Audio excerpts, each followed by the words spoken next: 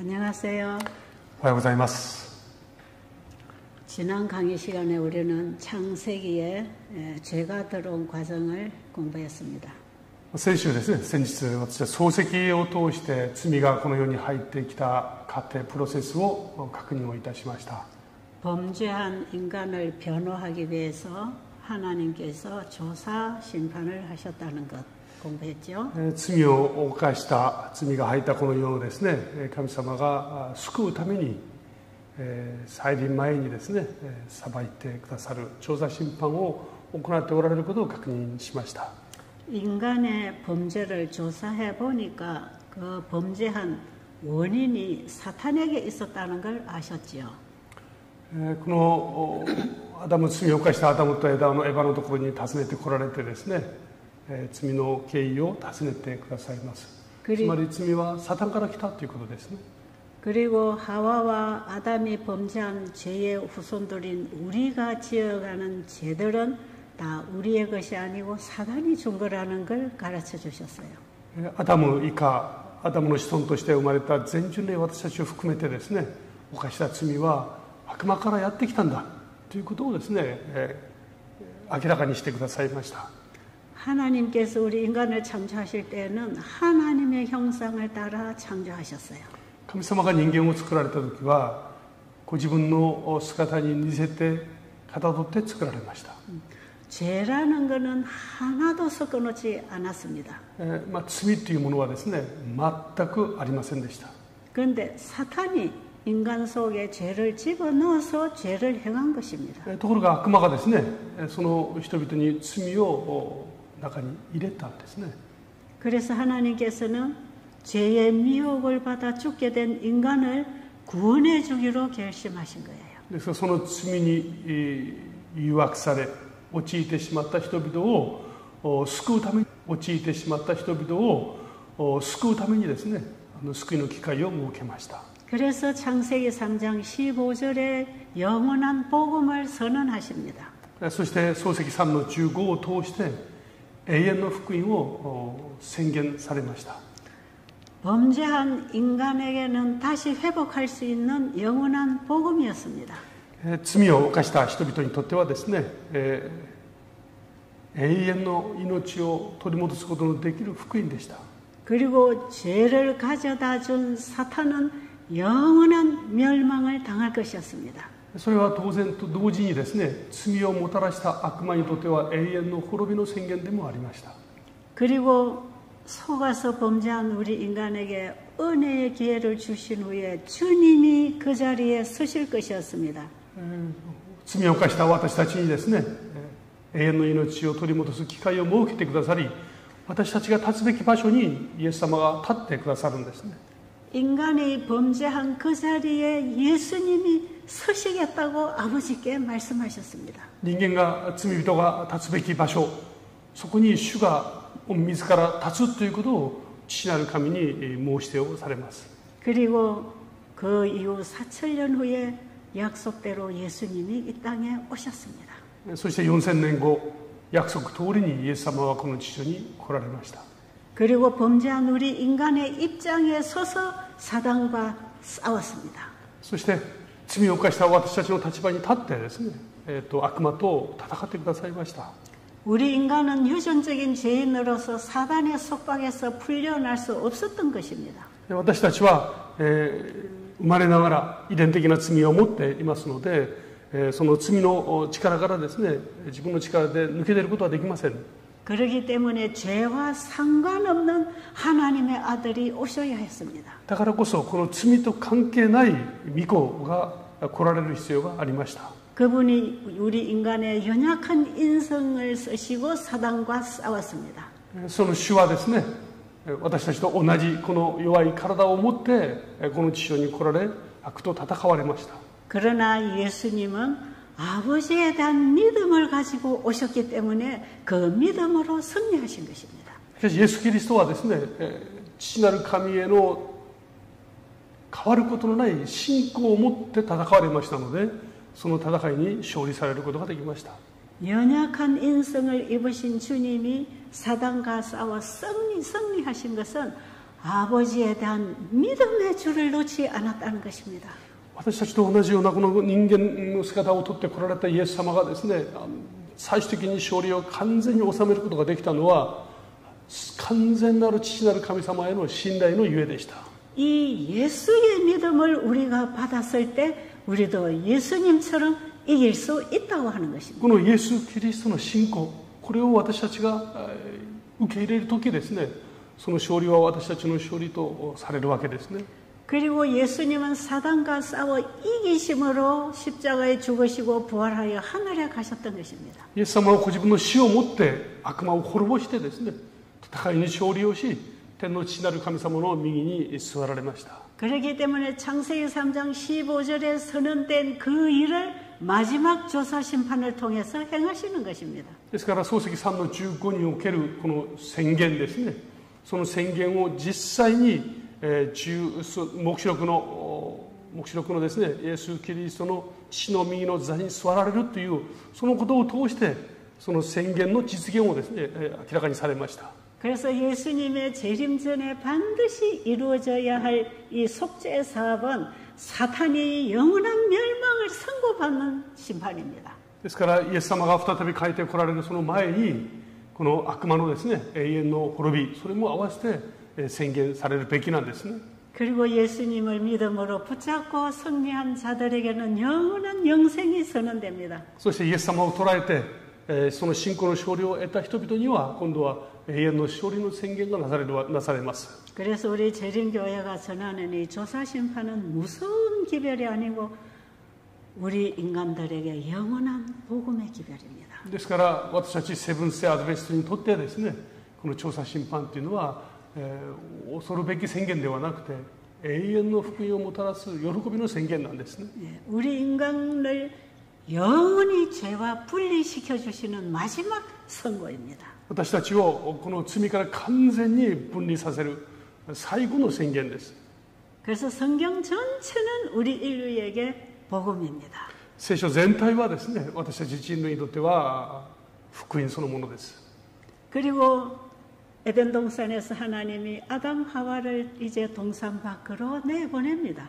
エデンの園へその罪を犯したこのアダムとその妻をですね、エデンの園から外に出されますね。 근데 그들을 은혜의 기회를 줘서 살려놨을 때 그들이 해야 할 일이 뭔지를 창세기 3장 23절에서 가르쳐 줍니다. 彼らを死なせず生きたままですね、今後どのように生きるべきかという彼らが罪を犯したアダムと妻がどう生きるべきかを記録しているのが漱石3の23です。 이제 너희들이 할 일은 죄가 들어와서 더럽게 잡초를 뿌려놓은 내 마음을 이제 갈아 뒤집어서 새롭게 씨를 받아 심으라는 것입니다. この今日のテーマは種まきの比喩ですけれども、この罪を犯して汚れてしまったアダムとその妻の心をですね、全く新しく耕す必要があったんですね。 죄를 받아들인 인간의 마음은 자아 중심으로 살아가게 돼 있습니다. 罪を受け入れた人間は自己中心的に生きざるを得ない存在です。 그리고 자기 생각이 자기를 주관하게 돼 있습니다. 自分の思いがですね、自分を支配するようになります。 그리고 세상의 온갖 더러운 죄들이 다 여기에서 돋아나는 것입니다. そして世の中のあらゆる罪がですね、そこを元にして成長していきます。 미움, 시기, 질투, 살인, 간음 이런 것들이 다 죄로부터 나오는 열매들입니다. 妬みや憎しみ、そしてそのあらゆる罪ですね、殺人、姦淫、あらゆる罪がそこからどんどん出てまいります。 이런 죄들로 인하여 인간의 마음은 고통을 당하게 돼 있고 병들게 돼 있습니다. そしてそれらのですね、思いによって人々は苦しみ、まだ病んでいきます。 오늘날 이 세상에 살고 있는 우리의 마음을 들여다보면 바로 그런 게 있는 것입니다. 今日を生きている私たちの心の中を覗いてみますと、まさにですね、そのような状況になっているわけですね。 그렇기 때문에 주님께서는 이들에게 네가 나가거든 이 마음의 밭을 다 갈아 뒤집어서 돌뿌리도 드러내고 가시덤을 엉큼게도 뽑아라 그랬어요. だからこそあなた方はこのエデンから外に出ていたら、自分の心の中をきれいに耕して、そこにあるあらゆる罪の根源となるものを全部取り去りなさいと教えてくださいます。 여러분, 농부가 땅에다가 씨를 뿌려서 길러 먹으려면 밭에 있는 돌뿌리와 잡초와 엉겅퀴를 다 골라내야 됩니다. の百姓がですね、種をまいてそこから収穫を得て生活するためにはまずですね、この土の中にありますあらゆるものをきれいに耕す手を加える必要があります。 그래야 다시 씨를 뿌려서 그들이 먹고 살 양식을 얻는 것이에요. それでこそですね、初めてこの植えた種がちゃんと育ってそして収穫を得ることができるわけですね。 아담 하와가 하고 살아야 할 직업이 농사 짓는 직업이었어요. ですからアダムとその妻はですね、やるべきなすべきその職業があったわけですね。つまり百姓だったわけです。 하나님께서는 그들에게 농사 지어 먹는 법을 가르쳐 주셨어요. 神様は彼らにこの農業の仕方を教えてくださいました。 근데 범죄한 인간이 이 땅에서 하고 살아야 할 모든 삶 속에는 영원한 복음을 이해하게 되어 있는 비유인 것입니다. この農業という仕事、これはですね、罪を犯した人々がこのイエス様をもう一回迎え入れるまで、福音をもう一回取り入れるまで生きるその過程においてですね、得るべき教訓、それが農業の仕事に含まれています。 바로 에덴 동산에서 창세기 3장 15절의 복음을 선언하신 그분이 4,000년 후에 이 땅에 오셨던 것입니다.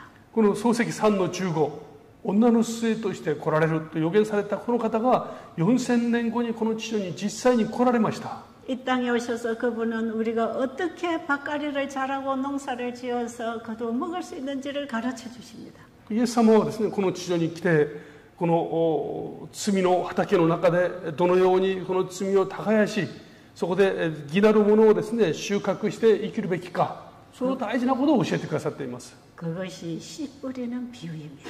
そのことを教えられたのが種まきの比喩なんですね。 창세기 3장 23절의 말씀을 주신 그분이 이 땅에 오셔서 씨 뿌리는 비유로 천국 복음을 전하셨습니다. 創世記3の13、この言葉を述べられた方が4000年後にこの地上に来られて、種まきの令和を通してですね、天国の命を収穫する秘訣を教えてくださったんですね。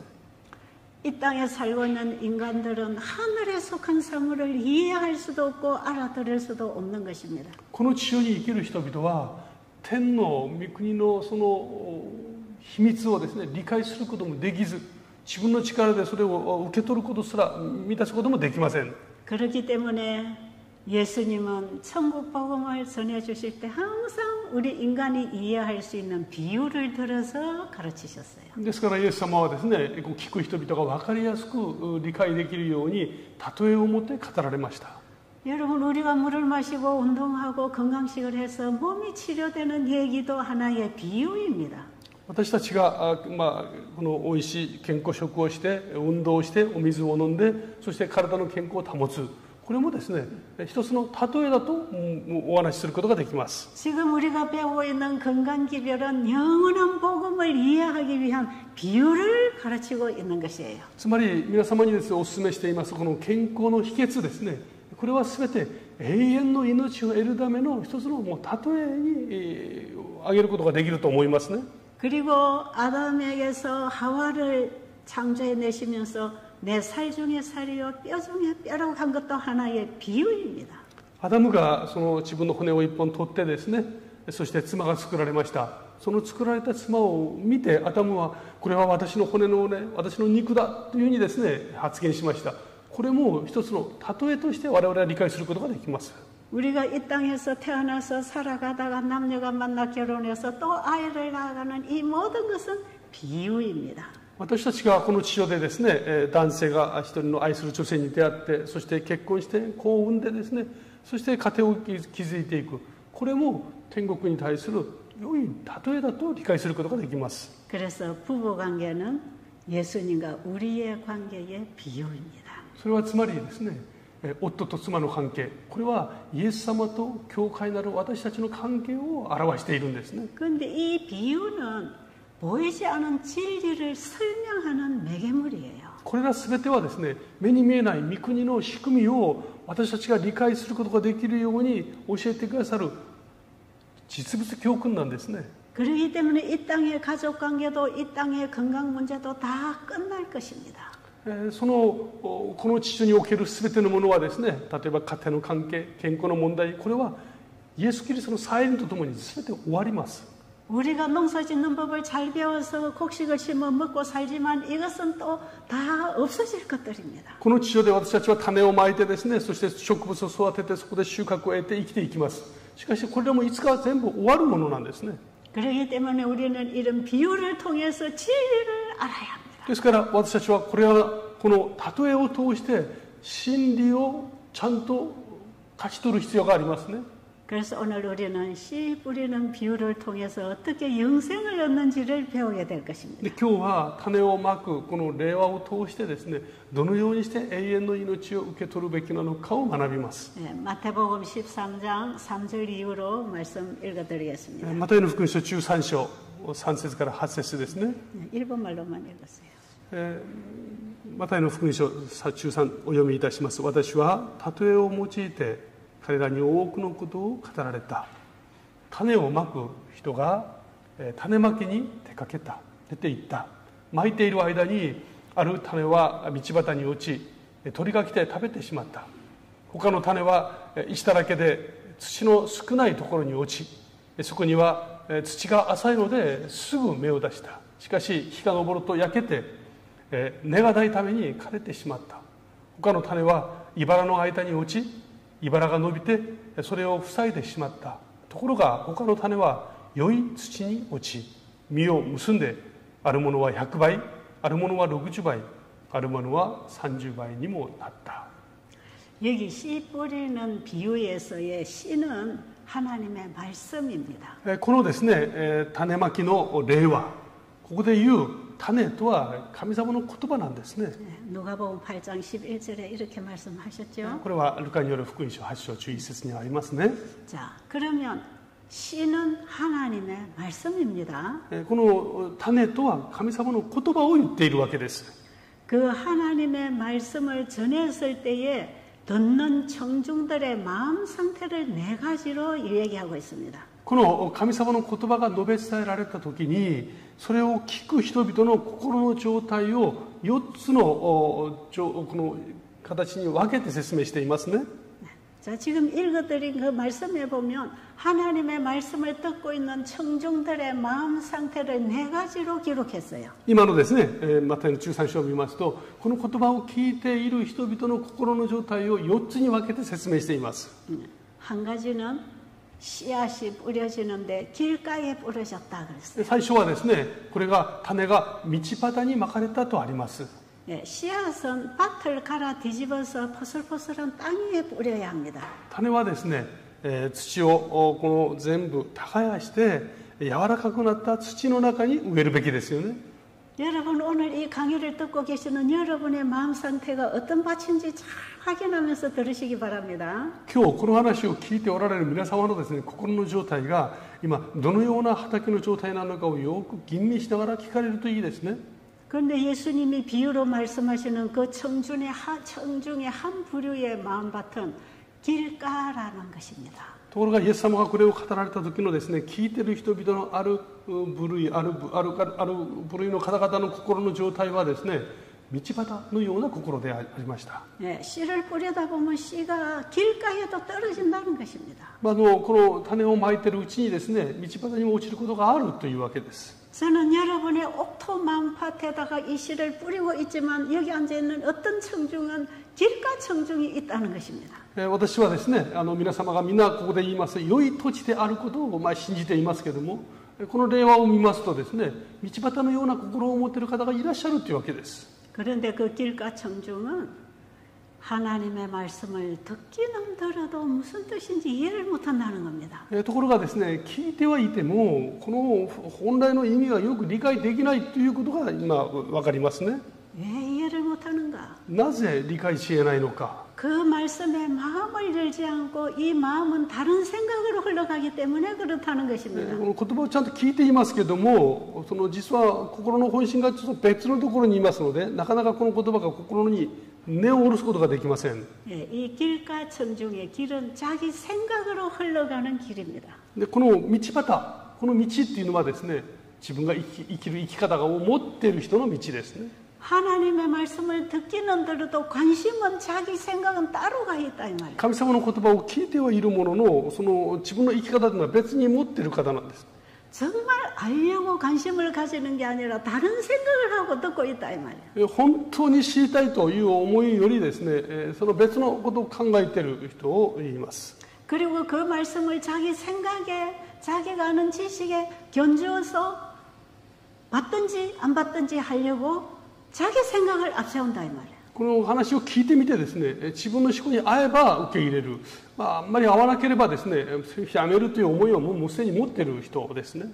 근데 여러분 하나님의 말씀은 어떤 생각으로 읽느냐에 따라서 전혀 다른 결론을 내리게 됩니다. ところが神様の御言葉はですね、どう読むか、その読み方によって全く異なる結論を見出すことだってありえますよね。 그래서 하나님의 말씀을 들을 때는 자기 생각과 세상 생각을 다 내려놓고 그 말씀에 집중해야 합니다. ですから神様の御言葉に耳を傾けるときはですね、自分の思いをそこに置き、世の中のいろんな生き方をそこに置いて聞くことが正しいですね。 그 말씀에 집중을 하고 받아들일 준비를 하고 들으면 그 말씀이 깨달아집니다. その言葉に集中して、そして謙虚にですね、受け入れれば理解できます。 그래서 제가 이런 집회를 해보면요, 어떤 분은 깨달았습니다, 너무 좋습니다, 알았습니다, 감사합니다 이런 사람이 있어요. こういう主会を持ちますとですね、よく理解できました、とても単純に分かりました、本当にありがとうございますというような方もいらっしゃいます。 오늘 말씀에 은혜 받았습니다 하고 눈물 흘리는 사람도 있어요. 今日とても心に響きましたと涙を見せる方もいらっしゃいますね。 그런데 나중에 보면 그 사람이 진리에 굳게 서지 못하고 나중에 또 쓰러집니다. しかしその方はですね、真理の上に固く立たずに間もなくですね、まだこの落ち込んでいくことがあります。 그것은 흙을 포슬포슬하게 잘 파 뒤집어서 씨를 뿌렸지만 바로 그 흙 밑에 자라고는 돌뿌리가 받쳐 있어서 그렇습니다. それはこの土のですね、下に土の上は土に見えますけども、その下に、この自我というですね、硬い粘土のようなその自我があったからなんですね。 밑에 큰 돌이 받치고 있는데 위에 흙 위에 씨가 뿌려지면 깊이 뿌리를 내리지 못합니다. この石だらけになっているですね、自分の心がありますと、どうせこの種は根を下ろすことができません。 그래서 금방 말씀을 받아먹고 행복하고 기뻐서 감사했지만 그것이 더 깊이 뿌리를 내려야 하는데 밑에 돌이 받쳐 있으면 뿌리를 못 내리죠. 受けた時はですね、とっても嬉しくて感謝して、喜びますけれども、すぐ根を下ろすことができないような石で詰まっていますので、すぐ枯れてしまうわけです。 이 돌뿌리를 캐내야 됩니다. ですから耕す時はこの石を全部取ってしまわなければなりません。 딱딱하게 길처럼 되어 있는 땅을 파 뒤집어도 그 속에 있는 돌을 끄집어내지 아니하면 결실하지 못합니다. この硬い土をですね、耕して、そして奥にあります石までもまた全部一個一個取り除く必要があります。 왜냐하면 이 돌뿌리 때문에 뿌리가 내리지 못해서 시험들이 올 때에 금방 쓰러집니다. この石がありますとですね、根を下ろすことができません。だからわずかなこの試みがあった時にすぐ枯れてしまいます。 자기가 주인이 되고 자아가 중심이 되는 사람은 자기 생각하고 하나님 말씀이 다를 때 하나님 말씀을 버리게 됩니다.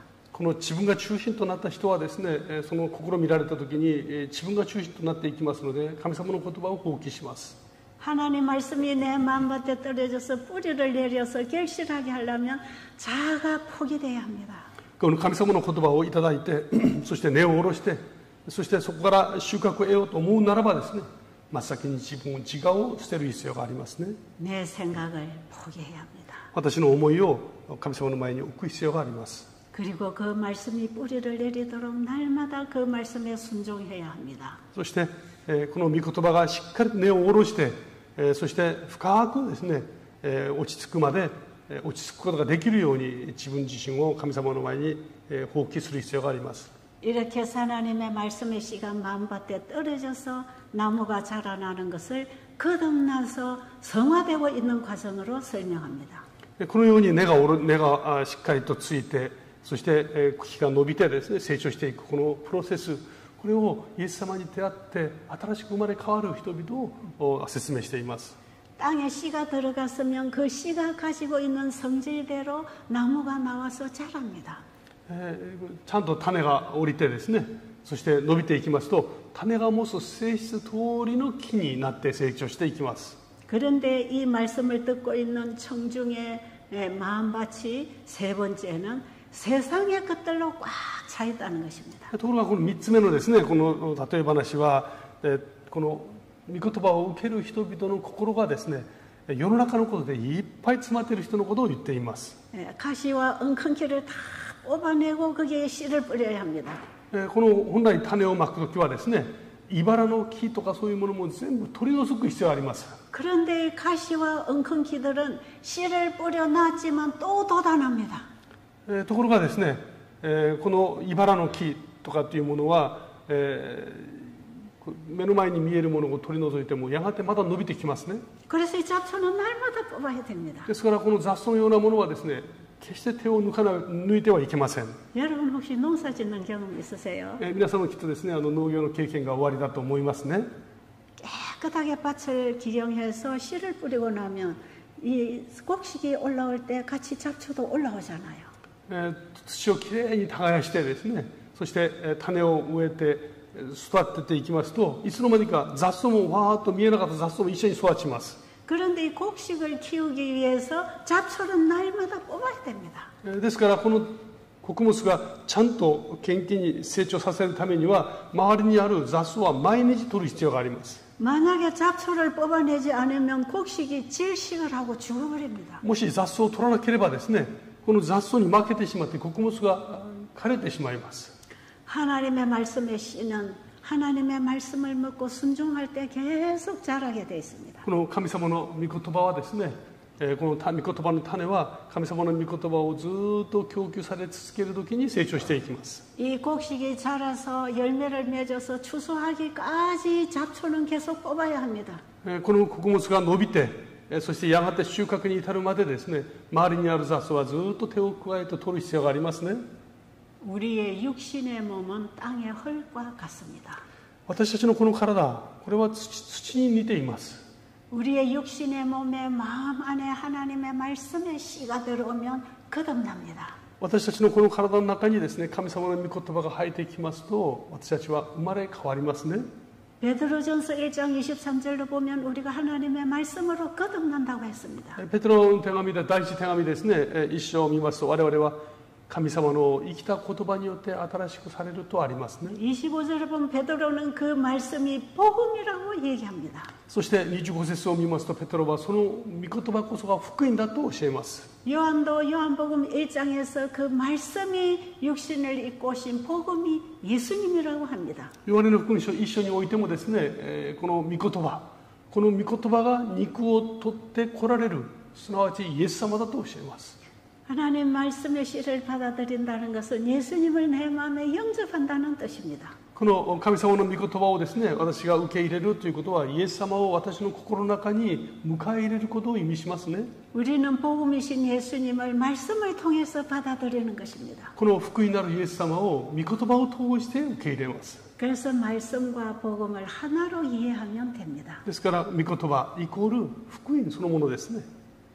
그렇게 해서 예수님이 내 안에 영접되어 새 사람이 하나 탄생했지만 육의 몸에서 끊임없이 죄가 나옵니다. このイエス・キリストを私が受け入れてですね、新しい人として生まれていきますけれども、私たちは肉のこの体を持って生きるわけです。ですから常に、この罪が生まれてきますね。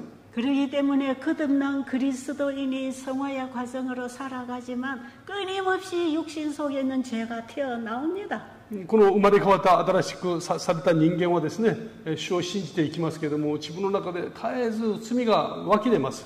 그래서 이 잡초는 날마다 나올 때마다 뽑아야 돼요. ですからこの雑草はですね、日々取る必要がありますね。 그러면 밭에 씨를 한번 뿌려서 잡초가 안 나오면 얼마나 좋겠습니까? 雑草を一回取ってですね、種をまいて雑草をきれいに取れば、もう雑草は出なければとてもいいですけども、 그런데 만약에 땅을 갈아 뒤집어서 씨 뿌려놔서 잡초가 하나도 우리 안에서 안 나온다면 더 이상 예수 그리스도는 필요 없게 되는 것이에요. 私たちのですね、この雑草を一回全部取ってしまったら、二度と出なかったらですね、私たちは自らの、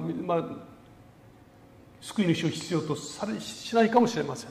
그래서 우리는 거듭날 때 그리스도가 필요했던 것처럼 매 순간 자라나는 과정에도 그리스도가 필요하다는 걸 느끼게 됩니다. ですから私たちはイエス様に出会って新しく生まれる変わる、その時必要なのはもちろんイエス様ですね。イエス様によって生まれ変わった人は毎瞬間瞬間イエス様を必要とします。 그래서 거듭난 그리스도인도 날마다 회개할 죄가 나타납니다. ですから新しく生まれ変わった私たちもですね、絶えず神様の前に悔い改めの謙遜な思いを持つわけです。 그래서 그 잡초를 날마다 뽑으라는 것입니다. つまり雑草を毎日取るべきだということですね。 저는 오늘 아침에도 이 잡초 하나 뽑았습니다. 私今朝ですね、私は今朝もこの雑草を取ってまいりました。 아마 나중에 또 잡초가 하나 쑥 올라오면 저는 바로 뽑을 것입니다. まだですね、これからもまだ雑草は元気よく出てくるでしょう。その度に私はそれを取ってまいります。 언제까지 이게 올라오는가? いつまでこれが元気よく出てくるでしょうか。 예수님이 지성소에서 죄를 완전히 도말하기 전에는 이게 올라옵니다. イエス様がですね、死聖所においてそれを全て消し去ってくださるまでですね、私たちの中ではずっと出続けます。 예수님의 씨를 받아서 그리스도인이 자라나는 과정이 바로 이 흙이라는 몸이라는 흙의 씨가 들어왔기 때문에 아직까지는 흙이 필요합니다. この種まきの比喩ですね、これは本当に土に種をまいて芽が出る。ですからこの土というのは私たちですから、とても分かりやすい実物教訓ですね。 그래서 나는 지금 죄 안 짓는다, 죄 없다, 이건 거짓말이다. ですから、私は罪を犯しません、私は罪がありませんというのは偽りだと聖書は教えます。 이런 걸 주장하는 사람들은 완전주의라 그래요. 例えばですね、頑張って自分の努力で完全になれるんだなんていうことを教えをですね、説く方々もいるでしょう。 우리가 거듭날 때 그리스도 안에서 그리스도인으로서의 완전한 아이가 탄생했지만 私たちはイエス様によって生まれ変わるときですね、主は私たちを完全なものとして見なしてくださるんですね。 이 아이는 태어났다가 다시 죽을 수도 있는 것입니다. 我々に肉を持っている限りですね、イエス様によって生まれ変わったとしてもまだいつかは死を迎えることは当然あります。 이 아이가 건강하게 잘 자라서 자기 인생을 마감할 때까지 건강하게 자라야 되는 것이에요. 子供は、そのままですね、成人になるまでその家庭において元気に成長する必要があります。 예수님께서 마지막에 지성소에서 죄를 도말하실 그때에는 우리 육신 속에 거하는 죄를 지워버립니다. イエス様が再び帰ってこられるその時はですね、私たちの中にある全ての罪はもう主によって証明されていきます。 이것은 예수님이 재림하시기 직전의 마지막 속죄 사업으로서 이 사역을 하십니다. イエス様が再び帰ってこられるその時ですね、それを完全に完成させてくださるんですね。 이렇게 의인에게서 죄가 도말되면 그 의의 열매에 늦은 비를 부어서 열매를 완성시켜 줍니다. 主が再び帰ってこられるその時、後の雨の時ですね、全て主を信じる人々に豊かな実を結ばせてくださるんですね。 이 완성된 열매가 예수님과 똑같은 품성입니다. ですから主が再び帰ってこられる時、私たちはこの豊かな実を持って、つまりキリストの心を持つ良い品性を保つことができます。 예수님은 이 땅에 자기의 씨를 뿌리는 농부로서 오셔서 씨를 뿌리고 가셨습니다. イエス様はこの地上に来られた時に、農夫としてですね、この地上にたくさんのこの御言葉の種をまいてくださいました。 예수님은 자기의 씨를 우리에게 뿌렸습니다. イエス様はご自分が持っておられるご自分のですね、種をまいてくださいました。 그래서 우리가 그 예수님이 주신 씨를 받아서 잘 기르고 나면 예수님은 자기 닮은 백성을 추수하려고 이 땅에 오십니다. そのイエス様によってまかれた種を私たちの心の中に入れて、そしてその種に見合う成長していきますと、やがて主はですね、ご自分がまいた種の収穫をしに来られます。 지금 우리는 내 안에 죄가 있는가를 보지 말고 예수 그리스도가 내 안에 살아계시는가를 늘 확인해야 합니다. ですからこの主によってまかれた種がですね、本当に力強く伸びて、この御言葉が私の中の中心になっているかどうか、これを真摯に見つめることがとても大事ですね。 성경에는 우리가 아담으로부터 육으로 태어난 그 사람이 있고 거듭남으로 태어난 속사람이 있다고 말합니다. 聖書ですね、ローマ書を見ますと、主によって生まれた新しくされた自分と、そしてまだ罪の中に生きる自分、この両方を描いていますね。 그런데 예수 그리스도의 씨를 받고 거듭난 그리스도의 생명에는 죄가 없습니다. このイエス様の種を持って生まれ変わった人の姿の中には罪は存在しません。 여기에는 시기하고 질투하는 성질이 없습니다. でその生まれ変わった人の心の中にはですね、妬みやその争いというものは本来存在しません。 여기에는 세상을 사랑하고 자고하는 정신이 없습니다. 世を愛して自己中心的な生き方はそこにはありません。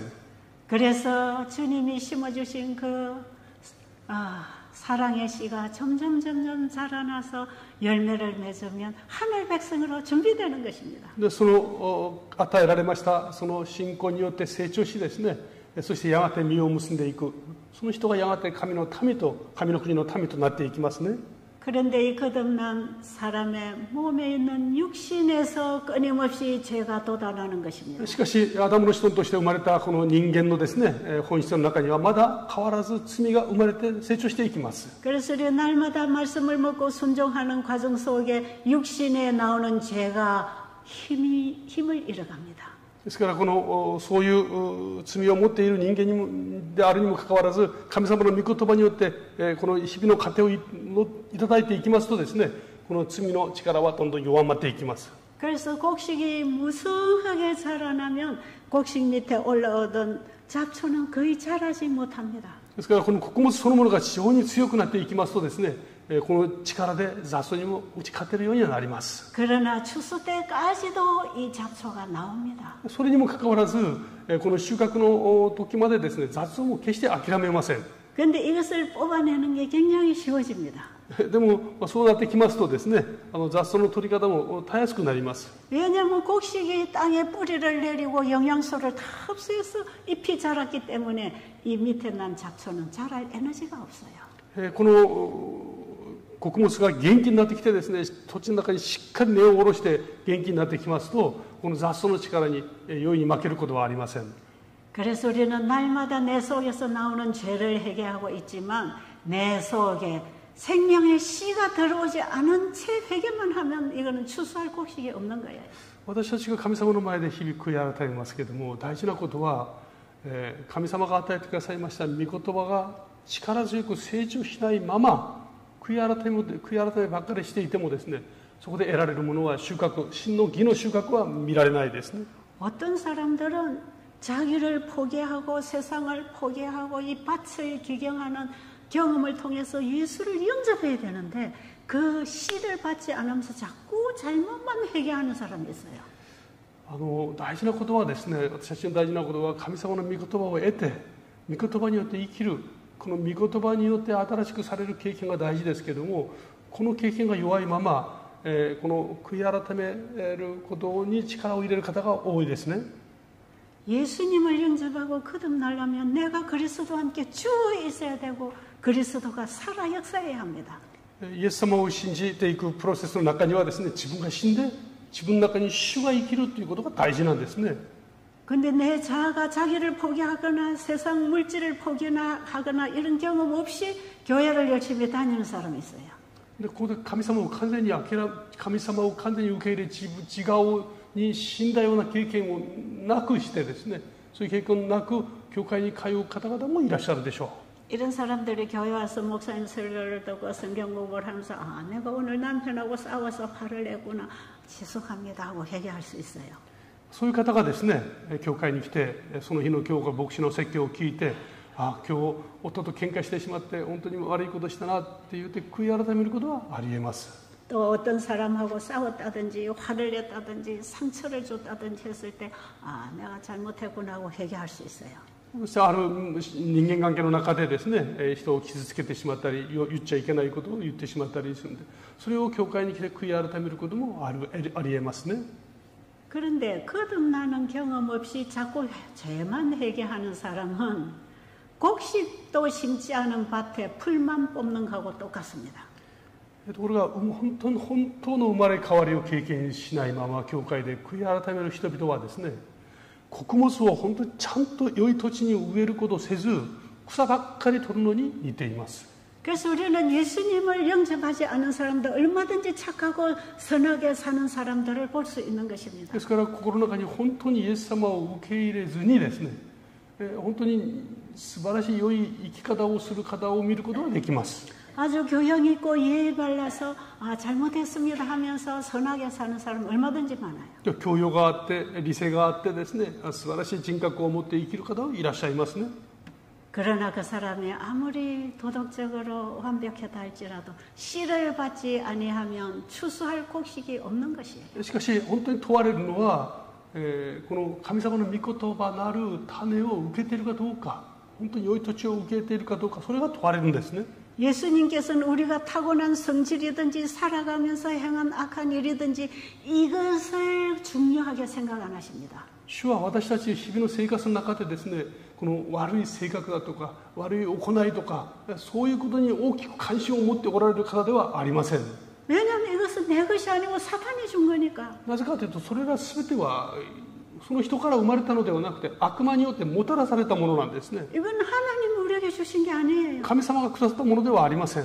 그래서 우리가 이런 죄의 고통을 당할 때 주님은 불쌍히 여기시고 동정을 하십니다. ですから神様はこういう我々の姿を見た時ですね、憐れんでくださり同情してくださるんですね。 근데 예수님이 찾으시는 건 뭔지 아세요? ところがイエス様が私たちに追い求めておられるのは何かご存知でしょうか。 내가 주는 거 받아라.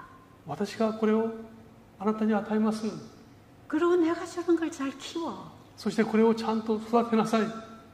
예수님은 자기가 준 것을 찾으러 오십니다. 主は私たちにくださったものを収穫するために来られます。 그래서 우리는 내 성격이 어떻든 내 삶이 어떻든 거기에 연연하지 말고 예수님을 내 안에 영접해야 합니다. ですから私たちはですね、自分が今どんな生き方をしてきたのか、どんな人格を持って人間性を持って生きたのかということではなくて、キリストを受け入れることが大事なんです。 우리 육신의 몸에서 죄가 돋아나는 것은 살아있는 동안에는 계속 나옵니다. 私たちのこの生きている体の中からですね、この雑草、つまりいろんなその憎まれるべきものが生まれてくるのは生きている限り続きます。 이 죄는 죽을 때 끝납니다. これらのものはですね、私たちが死んで全て終わります。 그리고 우리가 부활해서 신령한 몸을 입었을 때 죄의 몸은 완전히 벗습니다. そして復活した時にですね、罪は私たちと完全に関係のないものとなっていきます。 이때 우리는 그리스도와 같은 영화로운 몸을 입을 것입니다. その時私たちはですね、キリストと同じようなこの栄光に満ちた体に変えられます。 이것이 복음이 만들어내는 완전함입니다. これこそがですね、福音が作り出す完全な姿なんですね。 하나님은 우리에게 주신 것을 찾을 것입니다. 主は私たちに与えられたものを取り戻すために来られます。 그분이 심지 않은 것은 다 뽑힐 것입니다. 主が植えてないものはですね、全て抜かれることになるでしょ 그래서 우리는 지금 내 상태를 보지 말고 복음을 받아야 합니다. う。ですから私たちはですね、今自分の状態をですね、悩む必要なく、主がくださった福音に目を向けるべきです。 복음을 받은 우리도 육신의 몸을 가지고 있기 때문에 항상 새로운 사람과 육의 사람이 전쟁하고 있다는 걸 알아야 합니다. この福音を受け入れているにもかかわらずですね、私たちの中には福音とそうではないものがいつも争っていることを知る必要があります。 그래서 우리가 날마다 성령을 따라 진리로 살아갈 때 그 사람은 날마다 후퇴해지는 것입니다. ですから私たちは日々聖霊に従って歩んでいくときにですね、この古い人は日々弱くなっていきます。 제가 한번 태국에 가서 이 세미나를 했어요. タイにいてですね、このセミナーを持ちました。 그러니까 우리 태평양 국제학교 선생님들이 많아요. そこに行きますとですね、太平洋支部の国際関係の先生方が大勢いらっしゃいました。 거기 선생님 부부가 자기 딸 둘하고 네 가족이 참여했습니다. その集会にですね、夫婦ご夫妻とそれから子供娘2人4人が参加されました。 그런데 그 아빠를 두 딸이 굉장히 싫어해요. ところがですね、お父さんがこの2人の娘をとても嫌ってました。 그리고 아내도 자기 남편을 싫어해요. そしてその妻もですね、夫との関係がよくありません。 사실 이 가정이 이혼 지경에까지 가게 된 것이죠. そしてですね、離婚の手前まで今もう進んでいました。 근데 남편이 열심히 신앙생활을 하는데 뭔가 잘 안 되는 것이에요. 夫はですね、教会で信仰生活をちゃんと進めていたんですね。そこに問題がなんかあったはずです。 그래서 이 가족 문제가 너무 심각했기 때문에 가족이 전부가 참여를 했어요. なのでこの家庭の中にはですね、深刻な問題を抱えていたんですね。だからこそこの家族みんながそこに参加したんです。 근데 어느 날 제가 이 씨 뿌리는 비유를 강의했습니다. で、ある日ですね、私はこの種まきの話を皆様にいたしました。 강의를 마치고 나니까 그 남편이 저에게 찾아왔어요.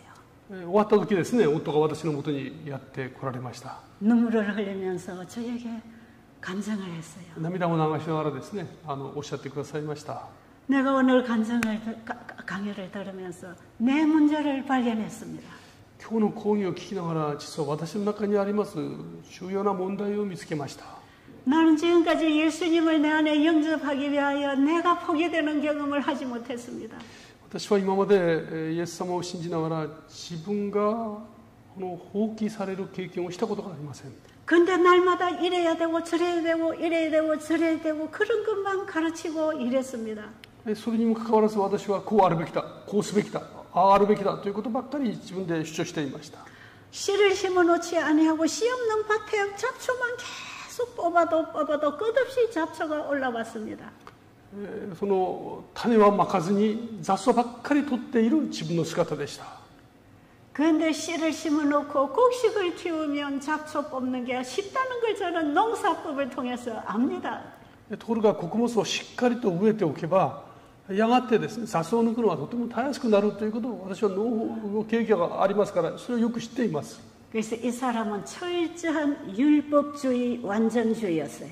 この方はですね、とても立法主義的な完全主義的なそういう人柄でした。 이거 하면 되고 이거 안 해야 되고 이 율법주의 완전을 추구했기 때문에 굉장히 괴로웠습니다. これはしてはいけない、あれもダメ、そういうことを追求していましたので絶えず自分を苦しめていたんですね。 그리고 아무리 가족들을 가르쳐도 가족들이 자기처럼 따라 할 수가 없었어요. でそういう思想を持って家族にそれを求めますから家族が誰もついてこないんですね。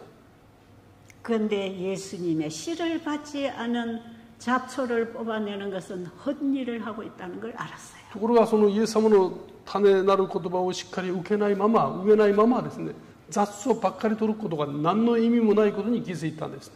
예수님을 받아들이기 위하여 자기가 포기되지 않으면서 자꾸 나오는 육신 속에 있는 죄만 없애려고 하는 건 불가능해요.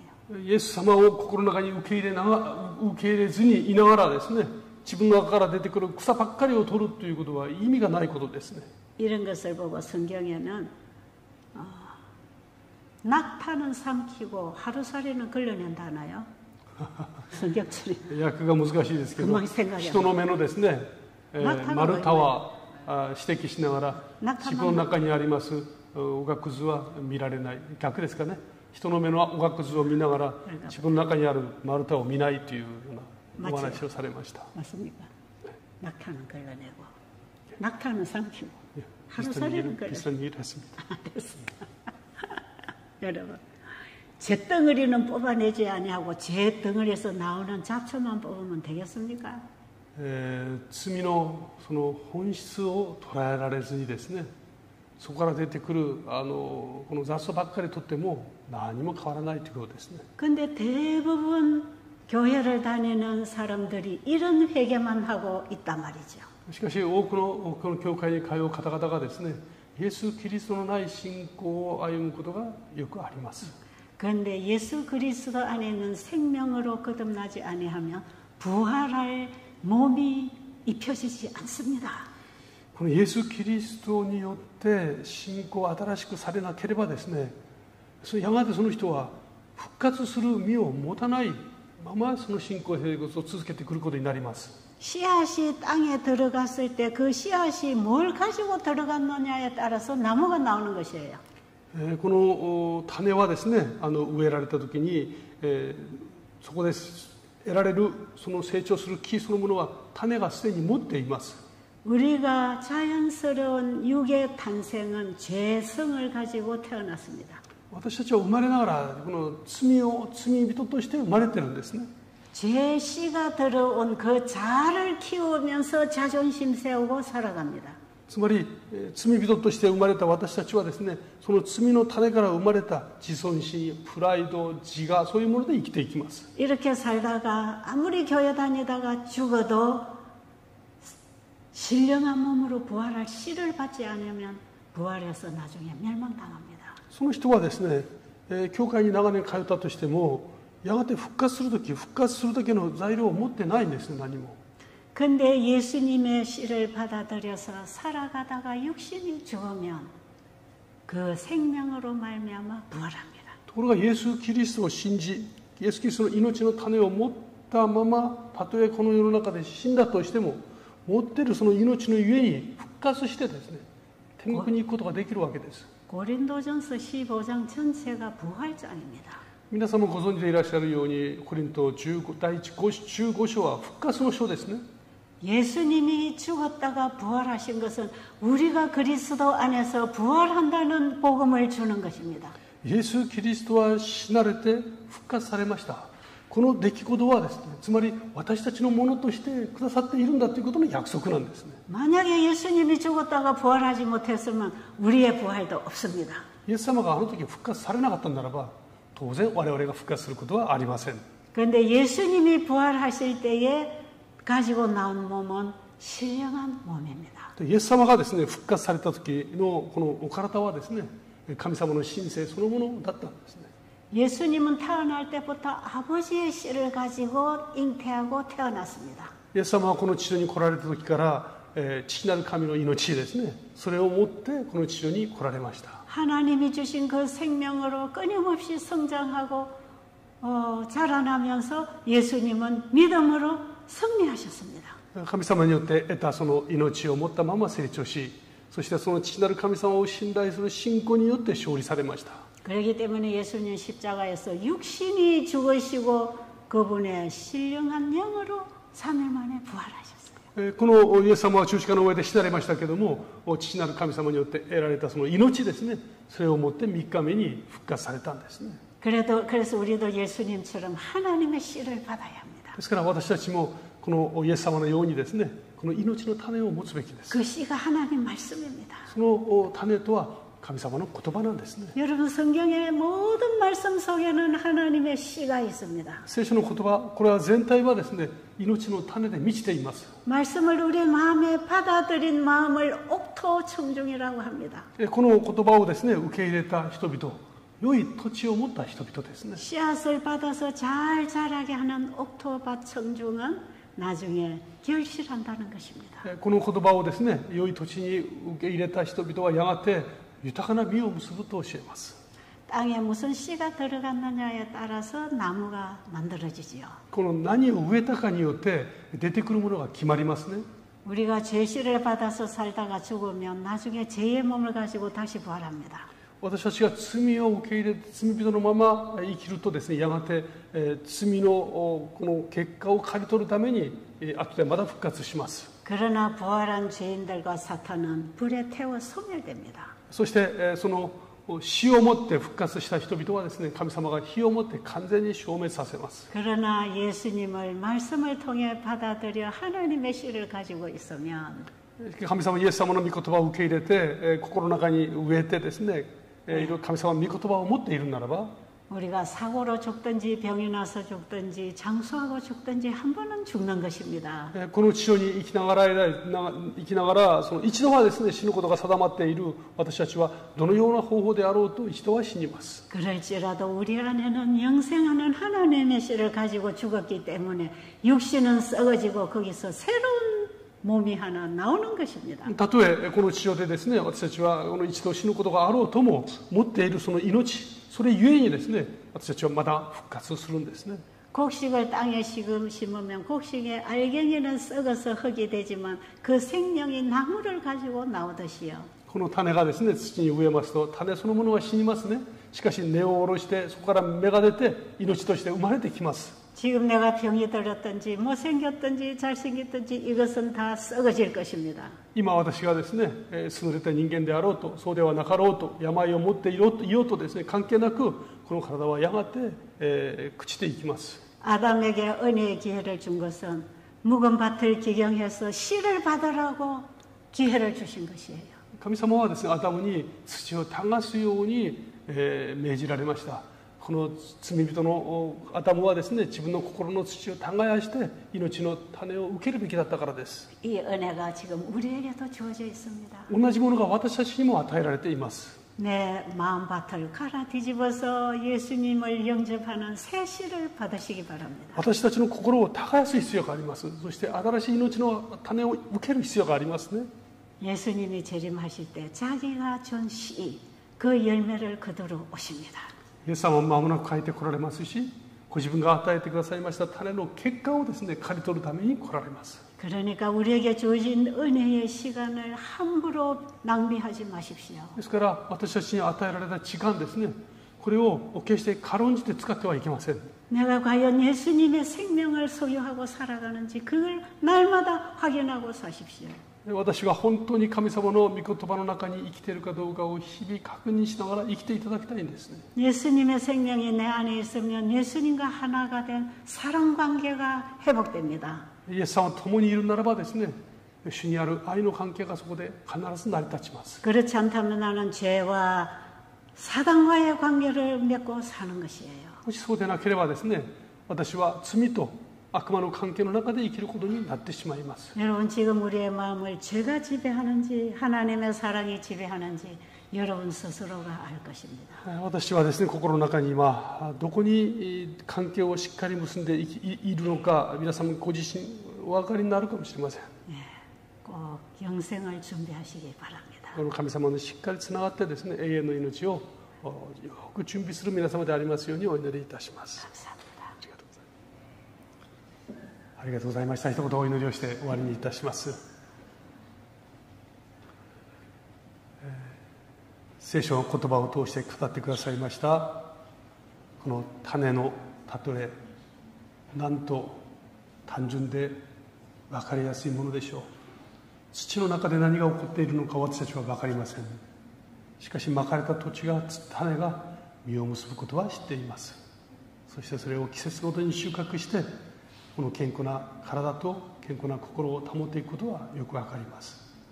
その例えを通して改めてもう一回信仰の原点を気づかせてくださいましたこの時間を感謝いたします。神様、この時間共にしておられる皆様お一人お一人の上に主の励ましとあなた様の御言葉によって固く立つことのできる信仰と、そしてあなた様の御前に全てを委ねることのできる力とお一人お一人の上に豊かに注いでくださいますようにお祈りいたします。